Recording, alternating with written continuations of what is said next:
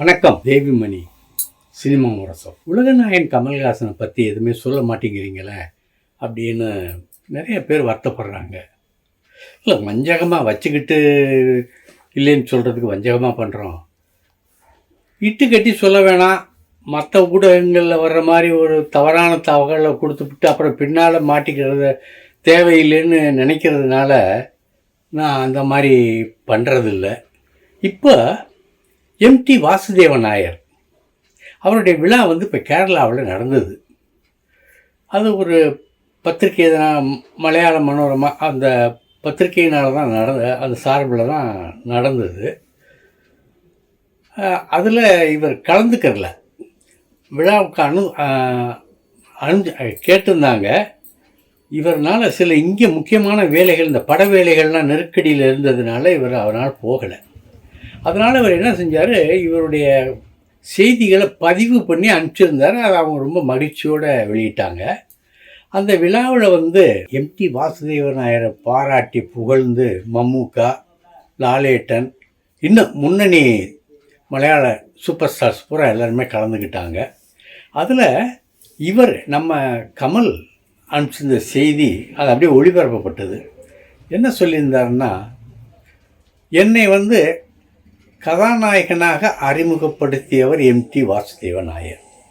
ஏன்னா இவரை தான் அந்த கன்னியாகுமரி படத்தில் கதாநாயகனாக அரங்கேற்றம் பண்ணுறாரு எம்டி வாசுதேவன் நாயர். அது கொஞ்சம் ஒரு வித்தியாசமான படம். அப்போ நம்ம கமலுக்கு 18 வயசு இருக்கும். அப்போ தான் அந்த அரும்பு மீசைகள்லாம் அழகாக பதிவு. அது என்ன சொல்கிறது, அரும்பு மீசை அரும்பை தொடங்கிய நேரம் அந்த படத்தில் நடிச்சிருந்தார்.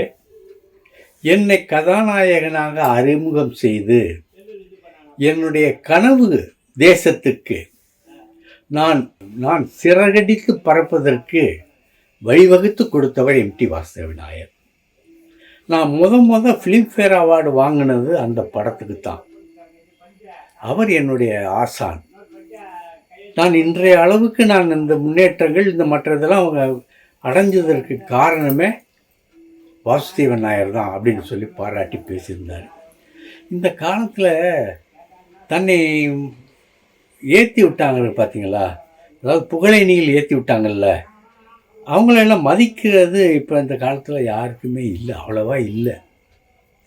இப்போ பல நடிகர்கள் தன்னை கைதூக்கி விட்டவர்களே மறந்துடுறாங்க.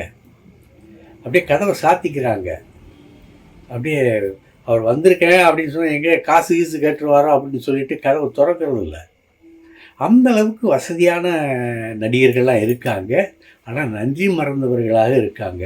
இதெல்லாம் பட்டியல் போட்டு சொல்லணும்னா இதெல்லாம் ரொம்ப இதாயிரும். சரி, இப்போ அடுத்த விஷயத்துக்கு வருவோம். புறநானூறு. இந்த புறநானூறுங்கிற டைட்டில் சூர்யா அவருடைய படத்துக்கு சூட்டப்பட்டு இருக்கிறது டைட்டிலாக. சுதா கொங்காரா தான் டைரக்ட் பண்ணுறாங்க. அவங்க டைரக்ட் பண்ண படங்கள் எல்லாமே பெரிய அளவில் வெற்றி பெற்றிருக்கு, அவார்டுகளை வாங்கியிருக்கு. சூர்யா அந்த படத்தில் ஒரு முக்கியமான கேரக்டர்.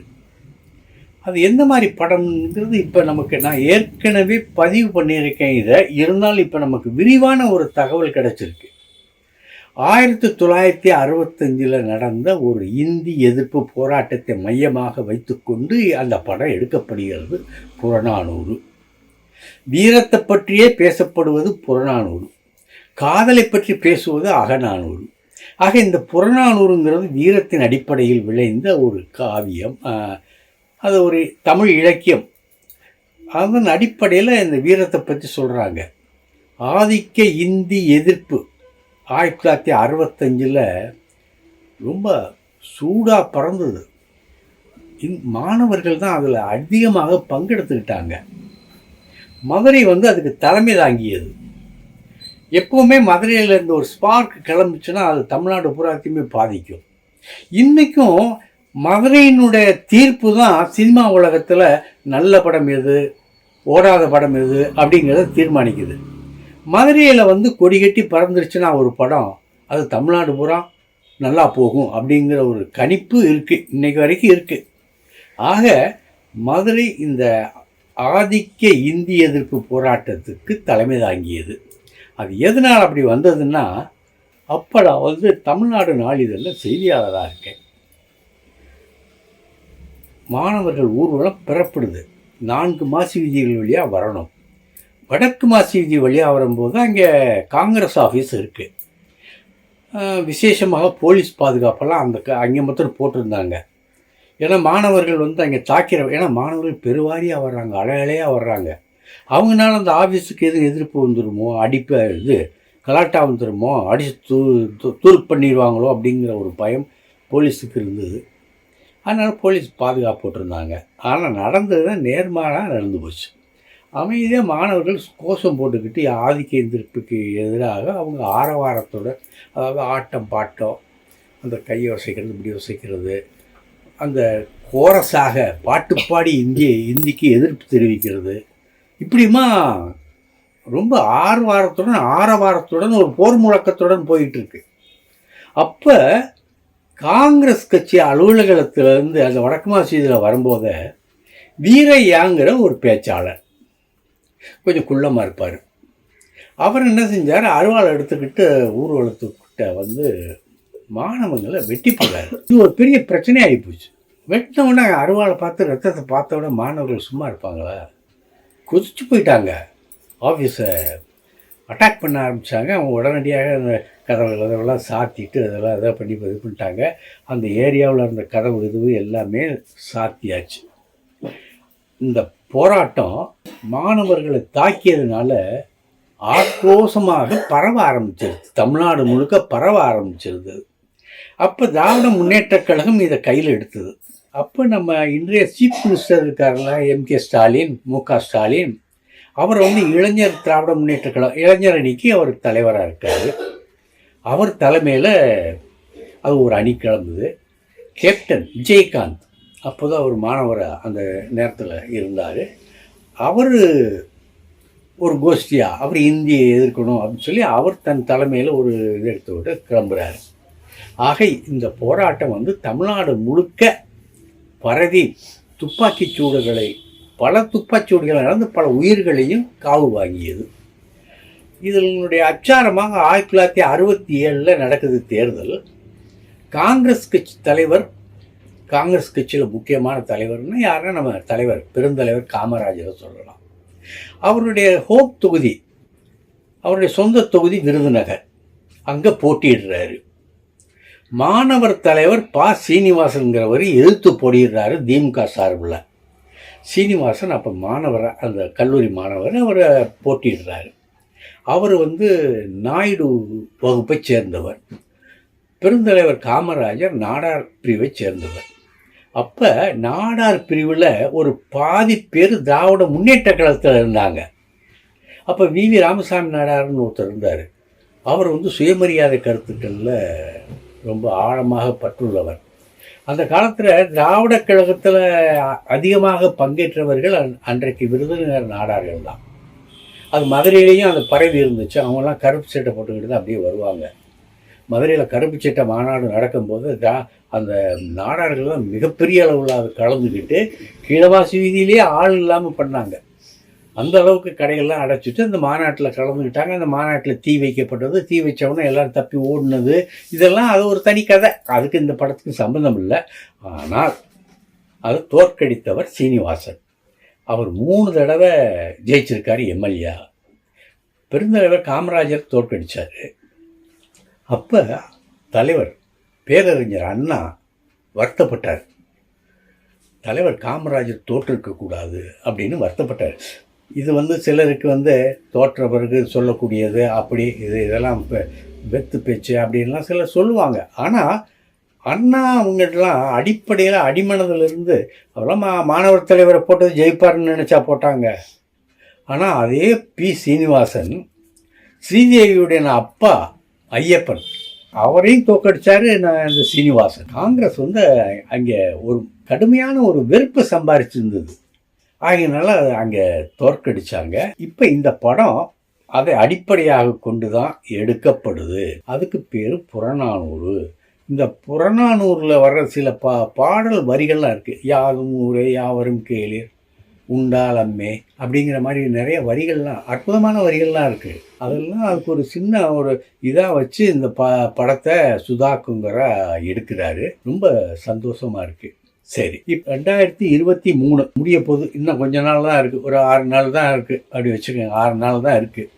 இந்த 2023 பாக்ஸ் ஆஃபீஸில் வந்து களகட்டின படம் யாருடைய படம் அப்படின்னா, முதல் 5 இடங்களில் முதல் இடத்தை பிடிச்சிருக்கிறாரு தளபதி விஜய். அதாவது அவருடைய படம் 2 படம் இருக்குல்ல, வாரிசு, லியோ. இந்த 2 படத்தினுடையது மொத்தம் அந்த இதில் 44% கலெக்ஷன் பாக்ஸ் ஆஃபீஸ் 100 கோடியை தாண்டினது. அந்த ஒரு முதல் 5 இடங்களில் இவருடைய படம் 2 இடத்தை பிடிச்சிருக்கு, 44%. அதுக்கடுத்து பொன்னியின் செல்வன் 2, அது அதுக்கு அடுத்த இடத்த பிடிக்குது.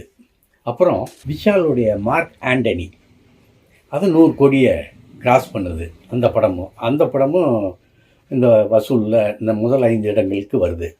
அஜித் துணிவு, ஜெயிலர் 196 கோடி. இந்த 5 படங்களும் கொஞ்சம் மெஜாரிட்டி இடத்துல இருக்குது. போர் தொழில் இருக்குது பார்த்தீங்களா, 8 கோடி முதலீட்டில் 28 கோடி லாபம் போர் தொழில். இதே மாதிரி இந்த 5 படங்களை தவிர்த்து 10 படங்கள் வரிசையில் இருக்குது. அப்போ இந்த 2023 உலகநாயகன் கமல்ஹாசன் நடித்த படங்கள் எதுவுமே வரலை. அதுக்கு முந்தைய படங்களில் தான் விக்ரம் வந்திருந்தது. இப்போ 2023 படம் வரலை. ஆனால் 2024 கமல்ஹாசன் படம் வருது, சூப்பர் ஸ்டார் ரஜினிகாந்த் படம் வருது, தளபதி விஜய் படம் வருது, அஜித் படம் வருது, சிவகார்த்திகேயன் படம் வருது, இன்னும் முக்கியமான ஆட்களுடைய படங்கள் எல்லாமே வருது. ஆக இந்த ஆண்டு, இந்த வருகிற புத்தாண்டு இருக்கு பார்த்தீங்களா, ஒரு கடுமையான போட்டியை தான் கொடுக்கும். அதில் யார் ஜெயிக்கிறா? ஏன்னா கமலுக்கு வந்து உலகநாயகன் கமலுக்கு வந்து இந்தியன் 2 மிக பிரமாண்டமாக எடுக்கப்பட்டு வருது. சிஜி நுணுக்கங்கள்லாம் அதிகமாக கவனம் பெறும் அப்படிங்கிற ஒரு நம்பிக்கை அந்த எக்ஸ்பர்ட்கிட்ட இருக்கு. இதே அளவு கம்ப்யூட்டர் சிஜி கிராஃபிக்ஸ் மற்ற படங்கள் இருக்கணும்ல. இந்த லால் சலாம், அப்புறம் தலைவருடைய இன்னொரு படம், இதெல்லாம் எப்படி, அதாவது ரஜினி சாருடைய படம் எப்படி அப்படிங்கிறதெல்லாம் அதெல்லாம் வந்தால் தான் தெரியும். ஆனால் கடுமையான எக்ஸ்பெக்டேஷனில் இருக்கிற படம் உலகநாயகன் கமல்ஹாசன் படம். தக் லைஃப் 2024 எடுக்கப்பட்டு 2024 முடியுமான்னு கேட்டால் சந்தேகம்தான். அது 2025 தான் அந்த படம் வரும்ட்டு எனக்கு ஒரு தகவல் கிடச்சிருக்கு. ஏன்னா அந்த அளவுக்கு அந்த படத்தில் விசேஷங்கள் இதெல்லாம் இருக்கா. ஆனால் மணிரத்னம் என்ன நினைக்கிறாரோ, கமல் சார் என்ன நினைக்கிறாரோ, இவங்கெல்லாம் நினச்சாங்கன்னா அந்த முன்னாடியே கொண்டாந்துருவாங்க, 2024 கொண்டாந்துருவாங்க. ஆனால் 2024 கொண்டாந்தால் கமல் சார் படங்கள் 2 படங்கள் வரக்கூடிய வாய்ப்பு இருக்கு இல்லையா, இந்தியன் 2. ஆனால் இந்த இந்தியன் 3 ஒன்று இருக்குது பார்த்தீங்களா, அது இந்தியன் 2 ஆரம்பித்து அது முடிஞ்ச பிறகு 2023 அந்த இந்தியன் 3 வரும். அப்போ தக் லைஃப் வந்து 2024 வர்றதுக்கு வாய்ப்பு இல்லை, 2025 தான் வரும். ஆக மிகப்பெரிய எதிர்பார்ப்பை உலகநாயகன் படம் ஏற்படுத்தியிருக்கு.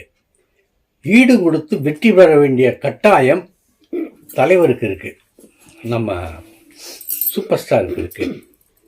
ஏன்னா வேட்டையன் படம் ரொம்ப எதிர்பார்க்குறாங்க அதில். ஏன்னா அந்த ஜெய்பீம் கொடுத்த டைரக்டர்ல ஞானவேல், அவர் இதில் வந்து ஒரு ரிட்டையர்ட் போலீஸ் ஆஃபீஸருடைய கதையை தான் அதில் எடுத்திருக்காரு அப்படின்னு சொல்கிறாங்க.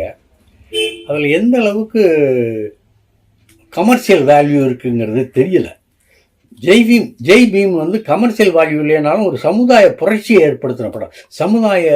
அதாவது தாழ்த்தப்பட்டவர்கள் மட்டுமில்ல, ஏழைகளுக்கு நீதி கிடைக்கிறதுக்கு எவ்வளோ கஷ்டப்படுறாங்கங்கிறதையும் நெத்தி போட்டில் அடித்த மாதிரி சொல்லியிருந்தார் ஞானவேல். அதே மாதிரி இந்த வேட்டையனில் இருக்குமா அப்படிங்கிறது சந்தேகம்தான். பார்க்கலாம், எதுக்கும் பார்க்கலாம். இந்த போன வருஷம் பயங்கரமான வெள்ளம், இந்த 2023 கடுமையான வெள்ளம். இந்த வெள்ள பாதிப்பு மக்களை மாத்திரம் பாதிக்கலை, சினிமா உலகத்தையும் கடுமையாக பாதிச்சிருச்சு. உதாரணம் Annapoorani, Nayanthara, lady super star Nayanthara சரியான அடி.